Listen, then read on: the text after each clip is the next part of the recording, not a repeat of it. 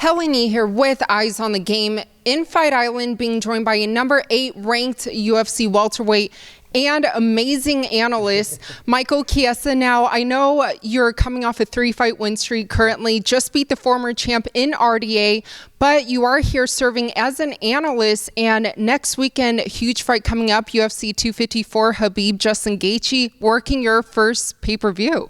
Yeah, I'm really excited for it.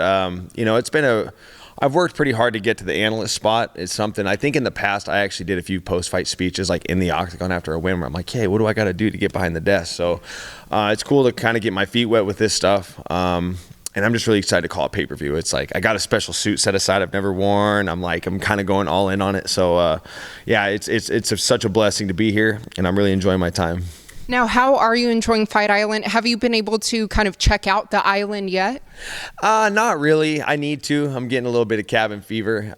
Been going just like the same. And the food's good. Everything's great. But I'm just like the same food, the same stuff kind of over and over. I need to break up the monotony. I've been here for 2 weeks, but I'm still loving it nonetheless. I mean, this is my second time in Abu Dhabi this year. I came here in January and February, and then now I'm back here for Fight Island. So it's such a blessing to be here. It's a beautiful country. The people are great, but I need to go branch out a little bit.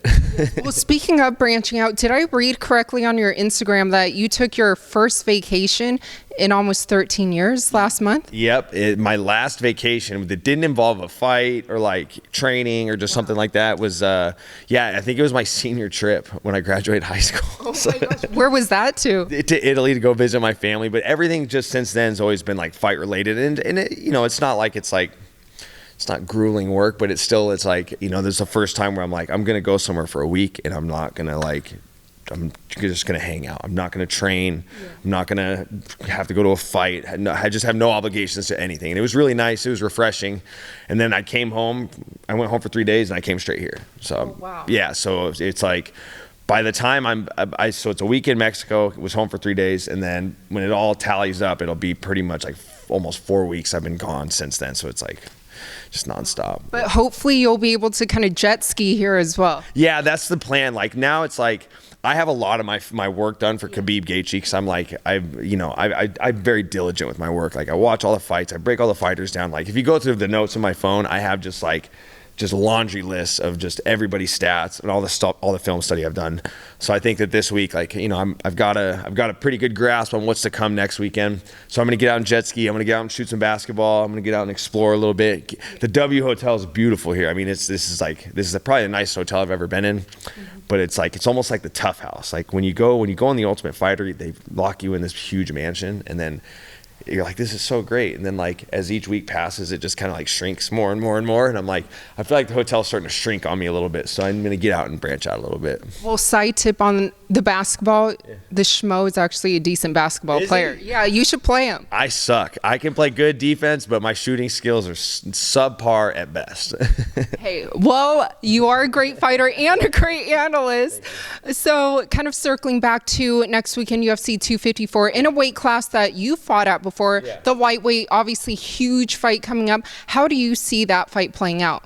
Man, that's the epitome of a striker versus grappler fight. I mean, but there is a little bit of an X factor to it. This is the first true wrestler that Khabib has ever fought. I mean, Justin Gaethje, he's a Division I All-American. And to people back home, that an All-American doesn't sound that great, but it's like to make top 8 in the nation out of all the D1 colleges in the nation, to place in the top 8, that's really impressive. I mean, going into that national tournament, it's a 64-man bracket. So just to place 8th is a big deal. Or I don't know if he got 8th. I know he was an All-American. So that just shows that Justin Gaethje has the wrestling chops. Not that I think he's going to try to wrestle Khabib, but he can keep it moving. He can scramble. We're going to see some sides to Justin Gaethje that we haven't seen yet. We've never seen someone really try and take him down in the UFC. It's always been these stand-up affairs. So that's going to be the interesting part about it is, can Justin Gaethje, he's not going to be, I don't see him being able to stuff the takedowns.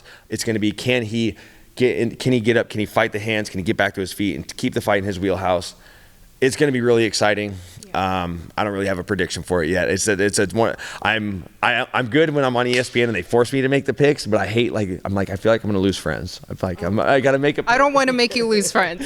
I don't want to lose any friends. DC said that to me yesterday. He's like, you look how many friends you just lost because I had to pick the whole main card. I'm like, oh. That's what I saw on your Instagram yesterday. Yeah, and I remember when I fought RDA and I heard after I don't know if it was before the fight or after the fight, but my coach told me on the pre-show, everybody picked against you, like Anthony Smith, Rashad Evans. So I won the fight. And so when I got up there, I'm like, what's up, guys? Fucking thanks for picking against me, So, so that's because of the way I handle that. That's why I approach the picks. I'm like, fuck, I don't want to do this because now they're going to be like, I'm going to be wrong. And they're going to be like, you're a dick. Look, I won. You're wrong. Fuck. Hey, no. Pardon my language. Hey, no worries. There's no filters here. Yeah. But what about the alternate, Michael Chandler? Yeah. What do you think of that? Do you think he's the most deserving to be that alternate? I wouldn't say.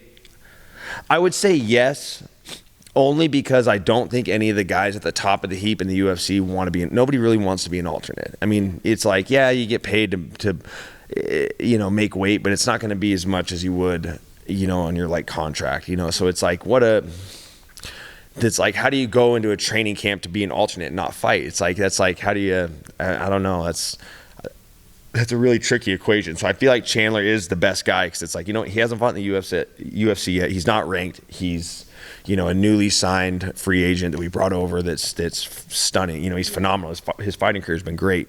So yeah, I think he's most fitting for the bill just because, do you think Tony Ferguson, Dustin Poirier, Conor, any of these guys, do you think that they want to sit and be an alternate?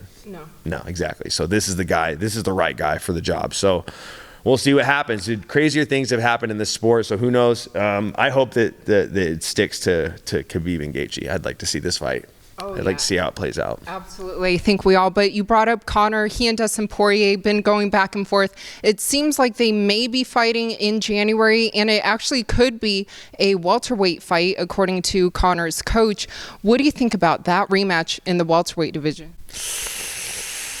I don't think it should be a welterweight. I think the fight's great. I mean, it's a phenomenal matchup. I mean, Dustin Poirier, he's made such strides in his career. Yeah. I mean, he's a phenomenal athlete. He's great boxing skills. And Conor, he's one of the most skilled guys we've ever seen. First guy to simultaneously win 2 belts in the UFC. Phenomenal athlete as well. But I think the fight should be at 155 pounds because, if what I'm worried about is whoever wins this fight, it's like they can't even jump into a number 1 contender spot at lightweight. It's not fair to the guys that are in the weight class, staying in the weight class. But for Poirier, it makes sense because it's like, he just recently he lost to Khabib a few fights ago, so it's like he's not going to get beat Conor, be right back in a rematch. But if Conor beats Poirier, it's like you beat him at 170 pounds. That doesn't mean you're the number 1 contender again at 155 pounds. So I think the fight needs to happen at 155 unless these guys plan on moving to welterweight and staying there. So I think the fight's far from done. I don't think it's. I don't know. It's like every single thing that gets said, it's like it kind of gets like Dana's like, no, that's not happening. No, that's not happening. No, that's not happening. The latest one's been like Cowboy Stadium. He's like, that's not happening. So who knows? It's not like I've heard anything. It's just my own little kind of theory. I don't think it's as close to being done as people think, but I hope it happens. I just hope it's at 155 pounds. Very well said. And lastly, what else may happen in January? Hopefully your return and all your fans will get to see you back in the octagon.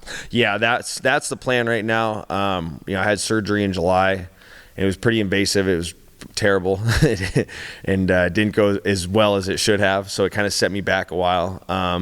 So hopefully, or actually for sure, when I get home from here, I'll get to the gym, get to sparring for the first time in months, and that'll kind of be telling as to where I'm going to go from there. And my teams, I wanted to push for a December fight, but that would mean like I get home and I have, 7 to 8 weeks to train, and it's like when I haven't sparred in a while, what if I book a fight here and I go home and it's like my sparring's trash and I'm like trying to play catch up. So I think January is the right date for me, and yeah, should be good. Yes, well, like I mentioned, we're all looking forward to your return, hopefully in January.